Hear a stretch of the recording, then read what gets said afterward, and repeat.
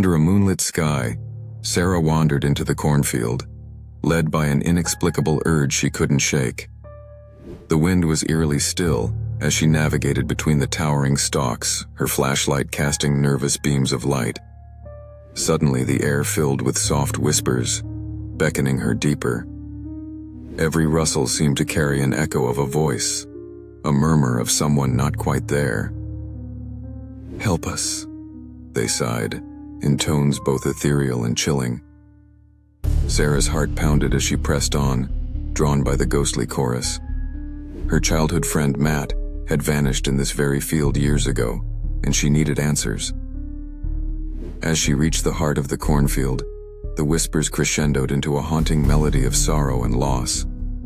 There, she found a circle of trampled earth, an area devoid of corn, yet alive with a pulsating energy. In the center lay an ancient stone, etched with symbols that seemed to shift under her gaze. Suddenly, the earth trembled, and spectral figures emerged, their forms translucent and mournful. They were the lost, those who had entered and never returned. Among them, Matt reached out, his eyes a void of despair. "Join us," he whispered, a tear tracing his cheek. In an instant, the field swallowed Sarah, her scream mingling with the chorus. The whispers continued, ever inviting, relentless in their yearning. On a remote stretch of country road, just beyond the edge of a forgotten town, lay a path known only to locals as the Bloodied path. Wisps of mist curled around the twisted, gnarled trees that lined it, creating an eerie canopy that never seemed to welcome the light of day. It was said to be cursed, a place where the boundary between the living and the dead wore thin. One night, as a full moon rose, its light casting an unnatural glow, a young traveler named Marcus decided to take the path as a shortcut home. The chill of the night was biting, but that was the least of Marcus's worries. As he walked, he began to hear soft, mournful cries carried by the wind. Shadows moved unnaturally, shapes forming and dissolving like whispers of forgotten souls. Heart pounding, he quickened his pace. Suddenly, the ground beneath him seemed to pulse, as if alive. He stumbled and fell, his hand plunging into something wet and warm. It was blood, seeping from the earth. Terrified, Marcus turned to flee, but the path had changed. A figure emerged, a spectral girl, eyes hollow and tears of blood streaming down her cheeks. As she reached out, the world faded to darkness. The path claimed another soul, its history forever sealed in silence. In the quiet town of Eldridge Hollow, an old curiosity shop stood at the end of a dimly lit alley.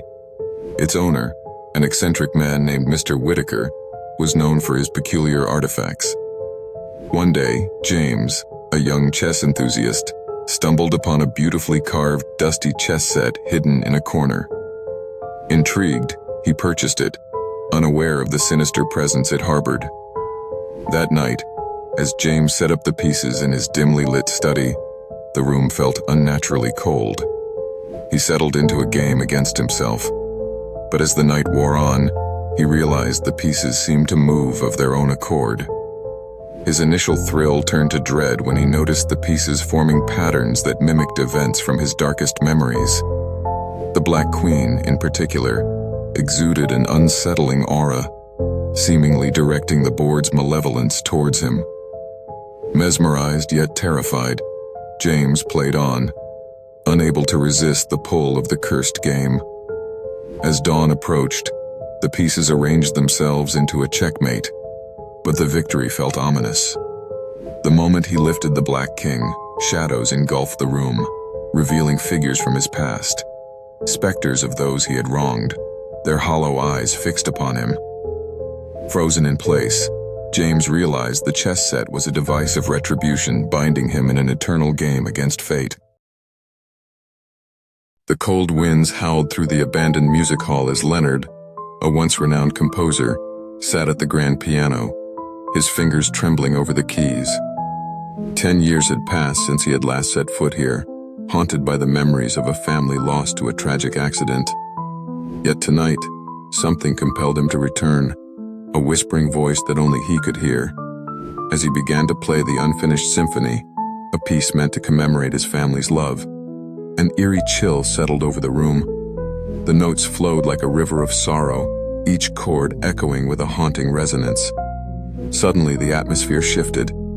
The shadows around him danced and twisted, forming the familiar outlines of his wife and children. Their faces, frozen in a perpetual scream of anguish, glared at him from the darkness.